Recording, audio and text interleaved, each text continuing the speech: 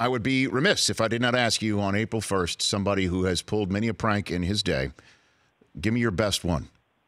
What do you got for me? Well, Rich, the first one that comes to mind wasn't April 1st. It was the heat of January in the postseason when I'm in Seattle sitting in my room and we're getting ready to play the Seahawks. We've got, 5 hours before we even begin to think about game time. Yeah. And just cutting around the league to the various cities because of the weather. And there's network in Seattle with Breeze and Russell Wilson warming up on the field in their T-shirts, but nonetheless at the stadium. And I'm in my pajamas in bed thinking I should be handing the officials the inactives right now. I overslept. So that wasn't an April Fool's Day But joke, we didn't mean to do it. Somebody rolled the wrong button, rolled tape. I know you texted Marshall and I at the same time on the set saying, what's going on? I stubbed my toe going into the shower. We were in Bellevue, which meant that we were a half an hour away, and if Drew and Russell were warming up pregame, clearly all the buses had left. And so that was the one that felt probably most like your worst nightmare as a coach. You're late. The only thing worse would have been they were playing the national anthem. Well, what about the time at the Pro Bowl where you got Tony Romo in his first Pro Bowl appearance to cough up his room number to your child, right? Remember that happened?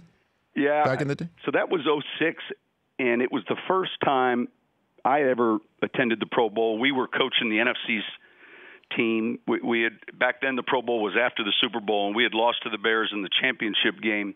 It was Tony's first Pro Bowl. He was just finished starting with the Cowboys, and Connor, my son at the time, was 6 years old, and a big football fan. And we were all in Hawaii, and the first day is a day where there's a lot of meetings. You're not practicing, and the players are in the room signing footballs. Getting a lot of the logistics out of the way. And Larry Allen, the fantastic player that I don't know how many Pro Bowls he played in, but Larry was one of those quiet guys. But I had heard from other players in years past that that they were all looking for a room number so they could put all their meals or drinks on a certain number. A rookie player. And so in that meeting, quietly, I just grabbed Tony. I said, "Hey, Connor's made a picture for you.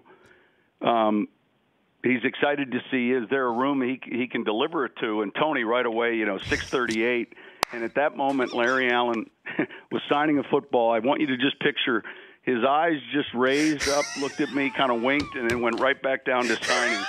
And so the next day, Tony had to switch rooms. 6:38 had exceeded its incidental allotment.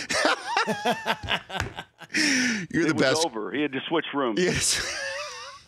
The Rich Eisen Show, weekdays at noon Eastern on Audience.